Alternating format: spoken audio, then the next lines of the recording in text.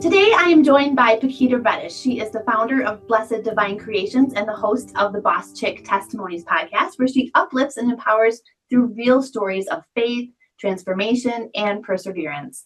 Her mission is to inspire others to embrace their journey and step boldly into their purpose. And I'm so grateful to have her here today. Hello, Paquita. Hello. Yay, we've been waiting for this opportunity. I met Paquita through the When stories. So those of you who have followed my When story journey, we were able to take the stage together. Yeah. So I'm grateful for our friendship and for that experience that we got to have together. So before we get into everything that is now, because there's so many doors that have opened, let's just let the listeners know a little bit about Paquita, about who you are. Oh, okay. So I am Paquita Reddish. I am a mompreneur. I have 3 beautiful children, Kylia, Christiana, and Josiah. They're 18, 10, and 8. And I run 2 businesses. One is called Blessed Divine Creations, LLC, and it's a retail gift shop in Janesville, Wisconsin. And we do customized gifts and event planning and decor. And the second business is called The Divine Solutionist, and it's my purpose-driven coaching business and keynote speaking business. And I tell you that I have goosebumps already because that has just blossomed into an amazing platform for you to share your journey.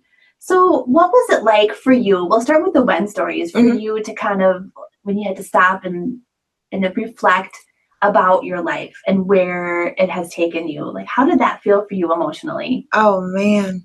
Well, I had a little head start because I did a speaking engagement called Yo Quiero Dinero the year before, and it was like a 7-minute talk, but I got to be on stage with 7 other dynamic women, including Vanessa Cook, and Vanessa Cook was my stage partner. So I got my feet wet there, and thanks to Araceli Esparza for that opportunity. But when it came to When stories, like, that's a whole different beast there. It's 20 minutes, and you have to really decide what you want to tell about your story and like how deep you want to go. Because my goal wasn't to like re-traumatize people of what I went through, but it was to like really highlight the women that God had put into my life that helped me to become the entrepreneur that I am today, and the strong woman that I had to be to endure what I did. Well, that's what's so beautiful about people being able to share their stories, is because people can hear it and relate to part of it. Mm-hmm. And they have that moment where they think, maybe I can do what I want to. I have that capability. And you're able to show people that through your strength. Oh, yeah. So let's talk a little about how that was with your past. If you want to dive into that a little bit with, where you started. So I've grown up in church my entire life. My grandmother was an evangelist, and she would take me on the road with her wherever she went, speaking. So that level of faith has just been in my life since I can remember. But like I said, I carried that through my entire life. And I thought I was doing it the right way. I did have Kylie. I had Kylie at first, outside of marriage. The church kind of frowns on that, but she was a blessing. She really just brought a lot of purpose into my life at the time I needed it, because I was just doing the most. Mm-hmm. Again, young and things like that. And with my upbringing, my parents both had struggled with like drug addictions, and my mother, she battled severe mental health because of the things that she went through as a child. And so when I was 14, my grandmother passed away, and we moved to Toledo, Ohio. And that's when I noticed, okay, yeah, there's something going on with my mom and dad, that in New York, we were kind of shielded because my mom has 7 brothers and sisters, and my dad has 7 brothers and sisters. So I got tons of cousins. So, if something was going on, we would just go to our aunt's house or something like that. But moving to Toledo, it was just the 5 of us. So I got to witness what was going on. And then I had to, kind of take care of my brother and sister. So my teen years, I was just being responsible. So once they started going to therapy and treatment and stuff like that, and I was in college, I just let loose. Yep. I didn't get the chance to do it. So, by the time Kylia came, that was God saying, listen, you got to slow down, Missy. Here's a baby. Yep. Time to refocus. Yeah, so time to refocus. And then a few years later, she had asked for like a brother or a sister when she was 3. I was like, can mommy get married first? So then I met my ex-husband when she was 4 and a half, and we got married by the time she was 5. And then we ended up having her brother and sister 3 and 5 years later. So, yeah. And they're so cute. Oh my gosh. And they're all growing up so fast. We were just talking before the show how Clea's graduating soon. Oh my gosh. God. I cannot. I'm so not ready as a mom. You think you prepare them and, but God, when we went to her campus and she was showing us around, she's going to go to UW Oshkosh in the fall. And just to see her navigating her campus by herself, I was like, I cannot. I'm not ready for this. Totally not ready for it. But she's ready. And, I have to trust that I've prepared her enough to go out there in the world. I think she's ready.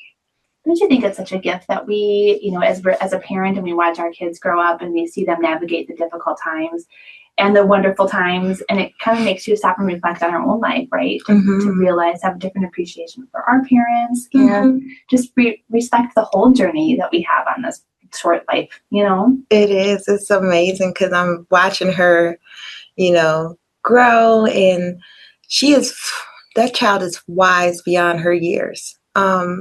Because like during my win story, my win moment is my daughter telling me, she asked me, why are we staying, Mom? And I was like, I'm afraid. I don't know what to do. I don't want you to lose another father figure. And she was like, Mom, as long as I have you, let's go. That was it for me. That's all I needed. That's all I needed to hear. And she was 11. And now here she is, 18 and about to go off on her own, and she still has that wisdom that is beyond her years. So I know she's ready. It's just mommy not ready. Yeah. Oh, I remember when I took my oldest to college, I bawled, like ugly cried the whole way home because it just was so emotional, because you spend the last 18 years of your life caring for this child, and all of a sudden you just let them go. And sometimes it's harder than others, Oh, that is going to be me in September. Right. It's falling on the way back. So you get through this process of, you mentioned the when story moment with your daughter, where you had to really find the courage to make a change in your life. And I think a lot of people who are listening can relate to that. Yeah. There are either bad relationships or bad jobs or bad health or just a point in your life where you realize you need to make a change. So how was that for you to find that courage, not only just for that thought when she first says it, but actually to take action? Yeah. I had been married since 2013. I left in 2019. And I don't know, sometimes church and that culture will try to keep you in those things because it's like in the marriage, because you're not supposed to get divorced. You're supposed to work it out. But nowhere in the Bible does God ever say you're supposed to stay even if you're miserable. No, he said, I came to give you life and give it more abundantly. If that was more abundantly, no, that's not more abundantly. So that's what really gave me the strength to leave. He was like, I said, I came to give you life more abundantly. This is not it. Yeah, and you're right. I mean, not only with religion, but also even just with family or other people or fear of judgment. There's so much fear behind making a change. Right. And I knew that making a choice to leave, I was probably going to lose my church family. I was probably going to be frowned upon. But at the end of the day, none of them people have to live my life. Nobody has to live or endure what I had to endure. Mm-hmm. I mean, I talk about it some in my book, but I don't even go into all of it. I talked about some of it during the win story, but if I fully went into everything, it would just be, oh goodness. And it's not like I'm trying to protect him, but it's just like, yeah, some things just don't need to be repeated because it was that bad. Too painful. Because like, I've struggled with major depressive disorder my entire life, but the marital problems and things like that just exasperated it even further. I would be on antidepressants and things like that, and they helped, but at the same time, I would take my antidepressant, and I know that I took it. He would be like, "You didn't take it today." I'm like, "Yes, I did. I know I did." He's like, "No, you didn't." So you made me take it again. So I'm being double dosed. I was like, this is stuff that's just coming to me now that my head is clear and stuff like that. And it had got to the point where my mother noticed how, like, out of it I was. She was like, "What medicine are you taking?" I'm like, "I'm taking this, my medicine is, 75 milligrams." And she was like, "No, you're not supposed to be this out of it." It's stuff like that. You know what I'm saying? It's the stuff like that. If I said that, then I would get ostracized. There's so much, can be so much control in a relationship, and it's really hard, again, to have that courage to be like, no, I'm worth more than this. Yeah. And it's just like, that's what it was at the end of the day. I'm like, I have to figure out this for myself. The kids don't deserve to be raised in a family where there is constant bickering and fighting and things like that. That's not what we brought them into this world for. And if we have to be separate so that they can be happy with dad and they can be happy with me, then that's how it has to be. And anybody that knows Paquita, I mean, she just emits this bright light, and to see how much you I've only known you for a year, but just how much, and you're so kind and so sweet, and you just radiate. But what you're doing, your platform has grown so much organically, which is crazy. So what made you, when you first went to the first speaking engagement that you went to, what was your platform there? What were you there? Was it telling your story, or what?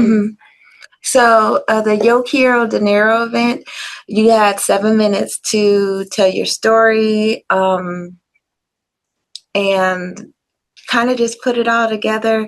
There was, goodness, I want to say it was about 12 weeks of training, and that was cool. And we were developing our story, and I was trying to figure out like how far I wanted to go into it, but I was just like, no.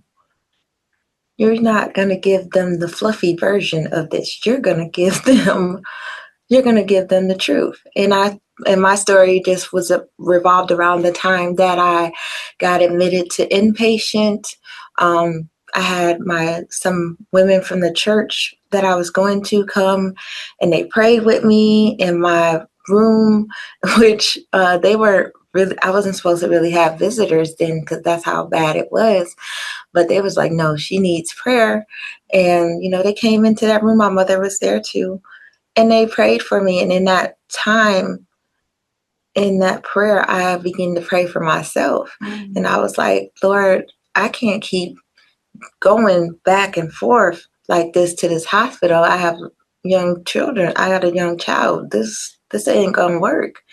And they have us do like arts and crafts and things like that in the inpatient ward. And that's when God reminded me, you know, you love to create. You have that talent. Use it. And I was like, how am I use this to help me with the depression? But it does, because when I'm crafting, I don't feel like a burden. I don't feel like I'm going crazy. None of that. I'm focused on, you know, creating a basket, or I'm focused on creating tutus and things like that. And it's a lot of handwork, and you really have to concentrate on what you're doing so that it turns out beautiful. Mm-hmm. And in that time, I'm not worried about being depressed. I'm not worried about what's going on around me. So yeah, he just reminded me, you can do this. I've given you talents to combat this stuff that's going on. And then that was, I believe I went in that hospital in August of 2014. In December 1st, 2014, my mother and I created Blessed Divine Creations. Wow. Yeah. We had a lot of that in our When stories, where we all had kind of this spiritual nature, right, with these messages that we get. And the fact that you can look back at that moment and that answered prayer that has really, you know, guided you. How beautiful is that? Yeah, it is. It's just, that's why I don't shy away from my faith at all. I'm not going to put it, you know, I'm not going to shove it down somebody's throat. But when people ask me, how can you still go on and things like that? I have God. I have my faith. He has brought me through more times than I can even imagine. And it all, you know, I might get knocked down, but when I bounce back, it's like, get out the way, because I'm bouncing back way further than where I, you know, failed at. And he just has a way of doing that for me. So you created the Blessed Divine Creations, and then first time you were on the stage was on what date? What year was that? Oh, that was June of 2024, which was crazy. It was June of 2024 I got on the stage for Yo Quiero Dinero. And what was crazy about that whole event was, you know, I went through the training. I had Vanessa as my stage partner. And if you know anything about Vanessa, she's just a light, and she just, you know, helps you in so many ways. You know, because she's a healer and she does Reiki and all of those different holistic things. So I got to learn some of those practices with having her as my stage partner. But about 10 minutes before we went on to the stage for Yo Quiero Dinero, Araceli, the founder, pulled me aside. She said, Paquita, I need to tell you something. And, you know, I have Vanessa's hand. And I said, what's going on? She was like, your ex-husband is here. I was like, are you kidding me? She was like, yes. Do you want me to tell him to leave? Do you not want him here? And I thought about it for a second, and then I noticed that Vanessa squeezed my hand, and I was like, okay. I said, no, he doesn't have to leave. I said, let him sit there and listen to it. He did it. He can sit there and listen to it. And in that moment, I took my power back after all that stuff that he had put me through. And he had to sit there and listen to me tell this story. He couldn't squirm, nothing. And I knew, I had a feeling he was going to do it, because I told him, I said, I bet he's going to show up today. And I said, he's going to bring flowers. They was like, no, he wouldn't do that. I said, okay. And that's exactly what he did. And you did take your power back at that moment. I took the power back at that moment. I told my story. I was like, I think I was the last person to go. So he had to sit through all the other stories too. But there were a couple of us women that had that thread of like domestic violence and things like that. So yeah, he had to sit there and listen to it all. And he did. He tried to come up and give me the flowers, but they kindly took the flowers from him. Okay. But yeah. And that's one of the big moments in your win story is when you step into that and say, I've got my power back. And I remember goosebumps and with yours just hearing that, because you're right, there are so many people that are in those type of domestic situations. Mm-hmm. And that's the thing, it doesn't, even though being divorced now and being out of like direct contact is, it's not an everyday thing, but we still have to work through that because, we're co-parenting. So he still have his moments where he tries to, pull things. And I'm just like, you know what? No. Christiana is old enough now. She's 10, so she has a cell phone. Call your daughter. You can contact the kids through Christiana. You don't have to contact me unless it's something like serious that we have to, make a decision together on. Right. Wow. So then you got to the WEN stories in June of 2025. Yeah. And the doors that have opened since then. Oh my goodness. Craziness. It's amazing. So again, for our listeners, if you want to follow Paquita's WEN story, I'll be sure to put that link in the show notes. But a very powerful story of her journey and again stepping into her power. That after you got done with that, like how was that to all of a sudden, like literally watching you, it literally felt like you were like on The Price is Right. You had to choose a door. It was crazy because I remember like my last couple of words is of my WEN story is, when you go through the fire, you don't come out the same. You come out refined. You come out ready. And then I said, and I am ready. And then I say, thank you.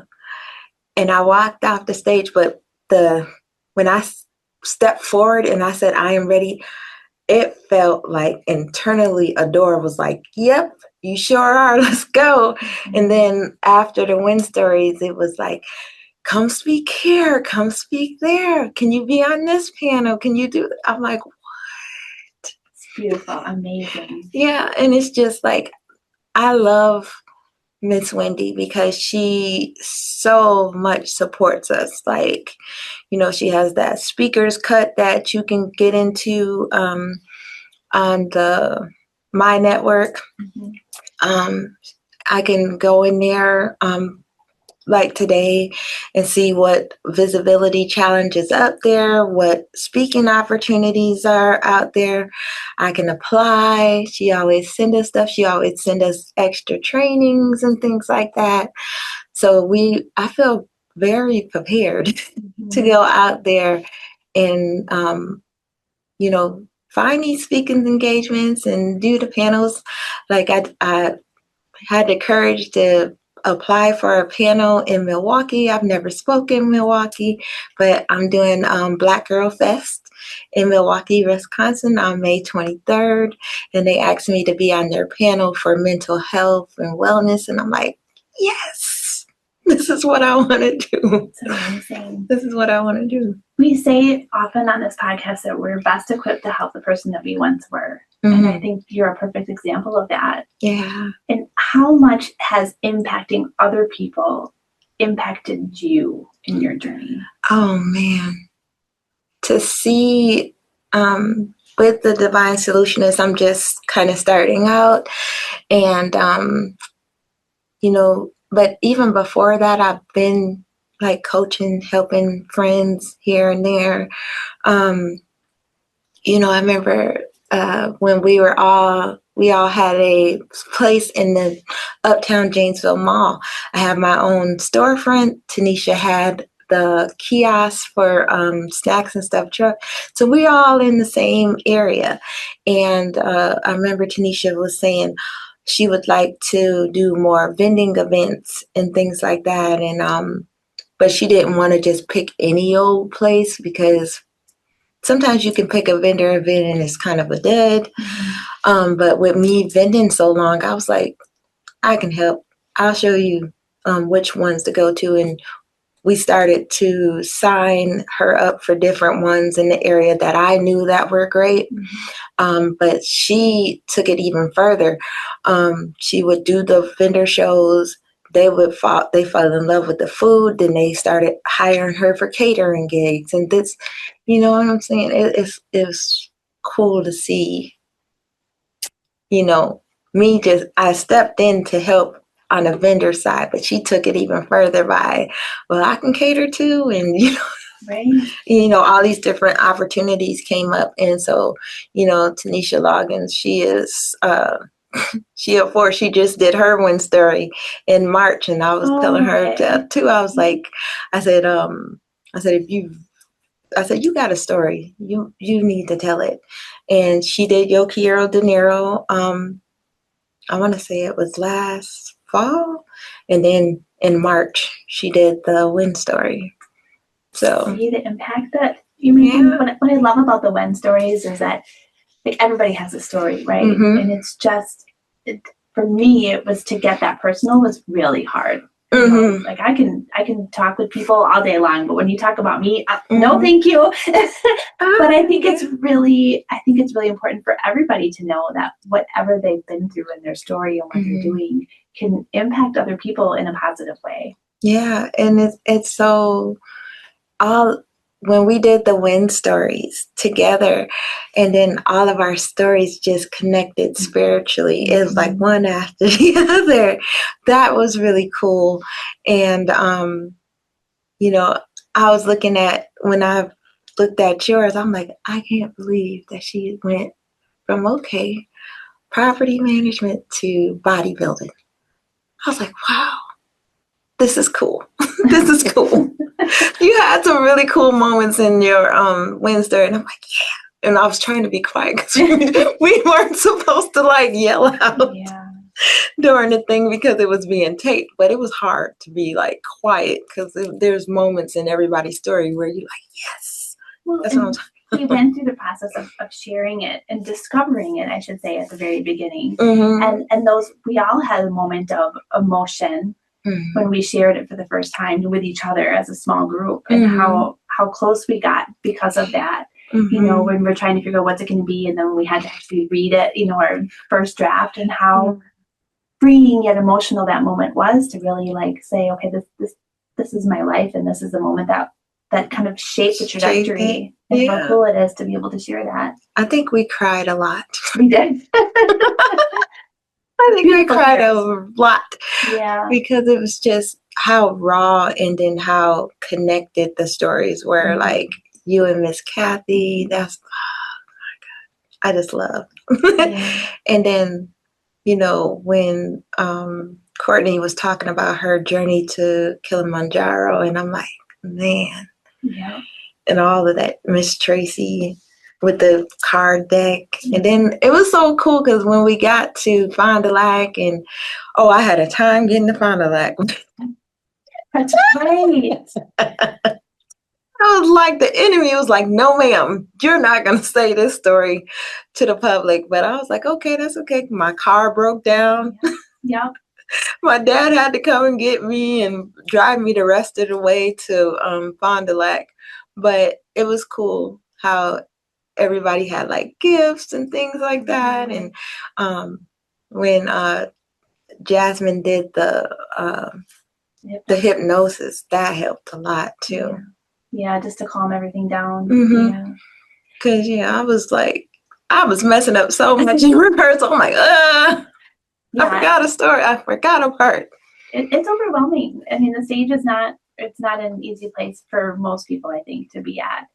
And you mentioned the difficult time getting up there with your car breaking down. A lot of people could take that as a sign of, okay, I shouldn't do this, and quit. And I think that is a good reminder for all of us on our life journey that you're going to have a whole bunch of detours and roadblocks and stuff thrown at you, but you have to remind yourself of your why and of who you are and who God meant you to be, right? Yeah. And it's amazing because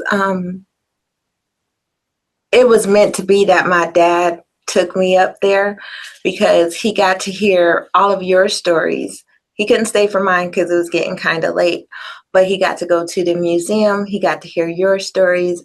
And do you know, a few months later, my dad had never graduated high school. And he said, "You have inspired me." I said, "What, Dad? Get out of here." Because I talk about that in my win story too. Like, he never went to high school. I went to college, and how happy he was. He is actually in school, finishing his GED. I have goosebumps. That is amazing. He passed every test except for math. So he's taking math, and he's averaging an A/B average, and he should be done by the end of May. That is phenomenal. Yeah. He just was like, "Yeah, you inspired me. I'm going to do this." I said, "Go ahead, Dad." And he's 71. Oh, 71. wow. Mm-hmm. He's going to have to do a win story now. Yeah, he is. Oh my goodness. My mother can do a win story. My dad can do a win story. 71, he went back to school. And he went back to school. Yep. Because what you did inspired him to be a better version of himself. Mm-hmm. Ooh, that's got some power. I was like, how about that, Dad? Oh, wow. But yeah, and but you know, with the win story, you get like 20 minutes, and I was like, oh, that's not the full story. So after win stories, I just kept writing, and I ended up writing a book. And that's called Anointed Through the Ashes. It's available on Amazon, but it takes you from the time that I was born and my time with my grandmother all the way through the win story. So, yeah. So when you wrote the book, how was that digging into your life even more than the win story? Was that hard? Yeah. It was hard because it's like, oh, should I include that? Should I not include that? But I was hoping that the book would be like a guide to someone else who might be going through the same things that I went through. And then at the end of each chapter, I have a divine reflection on the chapter, and then a solution strategy of how I got through it. Mm-hmm. So it's kind of like autobiography / self-help book. Yeah. But that's what I think, again, autobiographies do, because people, again, are able to relate to a part of your story. And then when you have concrete steps to help people, it really gets that next level. Yeah. Wow. That's amazing. Cool. And then you mentioned all the panels that you have been on, more speaking events. So your calendar is booked. Mm-hmm. So what's next the next 12 months? Oh, good Lord. Probably the next 12 months will continue to be speaking. I did the Legendary Women in Business Conference. That's Miss Wendy's 3-day women's event. And I was a participant, but I also did the event decor. Oh, awesome. So I did the daytime look, and then on Friday night, we did the gala. And so we decorated for the gala, and yeah, so that was pretty cool. Miss Wendy was like, she gasped when she went in, because she didn't give us very much direction. She just was like, here are the colors, and you guys just do your thing. And so yeah, when she went in, she was like, oh, wow. I bet she got emotional. She did. Of course she did. She cried. Love her. But we did so well that we're coming back. Perfect. We're coming back to decorate for 2027. Wow. So you got both lines of business that are equally moving forward in a great direction. Yeah. What would you say to people who are listening, who again are in that really dark spot and they just can't see in front of them? What advice would you give to how do you even move to the next day, next 5 minutes? You know, there's always a reason to keep going. For me, it's the 3 little people who look back at me. That's my why. That's why I work so hard. That's why I got 2 businesses, because I really want to give them the life that they deserve. So you can find your why. And even if you don't have children, every day that you wake up is another opportunity to get it right. So keep going. Yeah.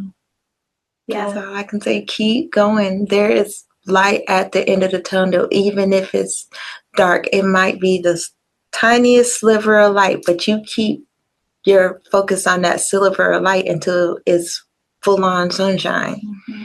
And that's what I had to do. Keep my head down and keep going.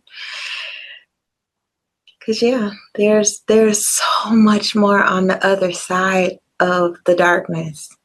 So much more. And you talk so much about the people that have supported you from the beginning and kind of come into your life at those moments to open those doors. Mm-hmm. How important is it to have those mentors and just positive people surrounding you? You definitely have to find those people that pour into you. Search them out, look for them, lean on them. If something is really bad, you need to don't hold that in. Let people know what's going on, because you never know who's able to help you out of a situation. And like in 2019, when I left, I was at probably my lowest, and that's when I met Miss Vicki Lynn, and she is a riot. She was a riot. So she was a comedian, an artist. She had wanted to do a expo for Black-owned businesses. She had reached out to me because I had been vending for a while, and we started doing the expos together. Me as her second in command. And she was just like, I remember her coming to my booth and was like, you know what? You're doper than you realize. You're going to help me with this expo. And I'm like, what? Me, the shy girl behind the table? No. But she just pushed you. She could see the potential that you had inside of you, and she would push you. Because the next thing I know, here I am. I'm organizing expos. I'm doing things like that. And then the next, I was so quiet and shy. She was doing a TV interview for one of the stations down in Rockford, and she was like, "Hey, Miss Paquita," I was coming to pick out my table. She was like, "Hey, Miss Paquita, come on over here and tell them about your business." I'm like, "What?" I was like, "What? Why are you putting me in front of?" She would just push you out your comfort zone, and you had to be ready. And she was going to do it. But that's where the change happens. It's getting out of your comfort zone. Yeah, getting out of your comfort zone. So I'm learning to definitely get out of my comfort zone. Even in the speaking, it's just like, oh, right. I get nervous. I promise you, I get nervous every single time I go to speak. But once I get out there, I do my little prayer, and I've asked, Lord, just let me decrease, let you increase. You give me the words to say. Yeah. And he does. He does. Amazing. I know I pray before every podcast recording too, just to let the words come out that I need to. I know. Help. But I think with Miss Vicki, like you mentioned too, how important it is to have someone else believe in you. Like it's hard to get that courage to believe in yourself when there's nobody that believes in you, Yeah. So it's a good sign for people out there. If they know someone who's doing great things, tell them. Right. And if you can't find nobody, find me. I'll help you. Right. I promise you I will.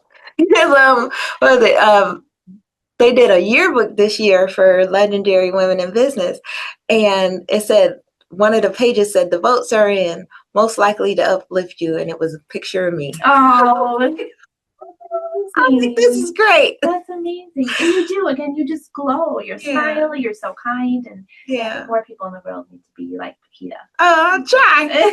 I have my moments. I ain't even going. I have my moments, but when people, you have a choice every day. You can get up and be angry at the world, or you can choose to be a light. Mm-hmm. And I choose to be a light. And I'm grateful for that. So now you started doing Boss Chick testimonies. Yeah. So let's talk a little bit about that before we wrap up. Yes. So Boss Chick Testimonies is my podcast on Beloit College Radio. I do that on Thursdays from 5 to 7 p.m. And it's just, we have conversations about faith and business and real talk about different situations. Like this coming Thursday is my Mother's Day special. So my mother will be on, and I get to talk to her about, my childhood, whatever she want to talk about. My mother has a powerful testimony as well. So hopefully she will share some of that as well. And I have on the second hour, I have Dr. Simone Williams-Young from Atlanta, Georgia. She's coming on to tell her testimony. She survived brain surgery and she lost a son. So I'm excited to hear her testimony. And it's crazy because I had just put out the scheduler for Boss Chick Testimonies for people to schedule themselves to come on. And I didn't know it was going to reach all the way to Atlanta, but it did. It did. That's just the beginning. So if people want to hear the Boss Chick Testimonies, where can they find it? They can find it if you go to WBCR 90.3 at Beloit College Radio. They don't have the FM station anymore, but it's still streaming. You can go to Beloit College Radio and you can listen to it there. I am also on Spotify, iHeartRadio, Apple Podcasts, so anywhere you can see podcast streaming. Awesome. We are there. And then I do have the YouTube channel for the video portion under Boss Chick Testimonies on YouTube. It just feels like you're just on the precipice of just so much greatness. And those breadcrumbs that reaffirm that you're going in the right direction. Like you have pieces of bread. You don't even have it's just beautiful. I'm so proud of you. I'm so proud of everything you've done and who you are and all the light you shine and how many people you inspire and impact. And again, there's so many people that are listening or that are living life in that dark space who don't believe in themselves enough to make a change. And you're just a perfect example of how important it is that you do, because not only are you positively affecting your life, but there's many, many people that you are impacting and helping them too. Yeah, I'm like, that's what I want to do, is if I can be a light and be able to pull you out of the darkness. You're there. Yeah, as long as I can do that for one person, then I've achieved what I'm supposed to do on this earth. That's the purpose. I love it so much. So I'm going to put a link to the podcast and the links, and then where else can people find you? I am on Facebook under Paquita Reddish or The Divine Solutionist, and also on Instagram under The Divine Solutionist Wisconsin, TikTok under The Divine Solutionist Wisconsin, and I think I don't have Twitter. Instagram? Yep, Instagram under The Divine Solutionist West. There was a Divine Solutionist already, so I had to put Wisconsin. Okay, we're going to find you. If you ever, I'll put some links in the show notes too, so everybody can make sure to follow your journey. And your When Stories is also available, of course, on the YouTube. On the YouTube. Yeah, because I know Miss Wendy was like, okay, yeah, you're going to need a second one. I was like, probably. Yep, it's coming. You're going to need it. Probably, because if I think about it, my second story will probably start off when I said I am ready, because boy. Right, yeah. The universe and God said, okay, here you go. Yeah, here. You're going now, go. I love it. I'm so proud of you. That's so amazing. Yeah. So if I'm going to ask you the question, that I ask all my guests, is a two-part question. Okay. So if you, Paquita, today can talk to your past self, the one who was in that dark space, maybe in the impatient where you're trying to figure out how to go forward, what advice would you give your past self? I would give my past self advice. I would say that that you're deserving of more. It is okay to go through this pain, but don't sit in it. Don't allow anyone to tell you who you are, what your worth is. because you know your worth. You know whose you are. Get up and walk in it. And then you, Paquita, can talk with a future version of yourself. You can pick 10, 20, 30 years. Just imagine talking to her. Mm-hmm. What would you ask her? And what do you think she would say back to you? I would ask her, have you lived your purpose? And what do you think she would say? Yes, I have. Yes, you have. Yes, I have. You are and well then on some. your way. Yeah, absolutely. Oh my gosh. Well, thank you so much for coming in today for this conversation. I'm inspired every time I talk to you and see you. So thank you for being you. Thank you.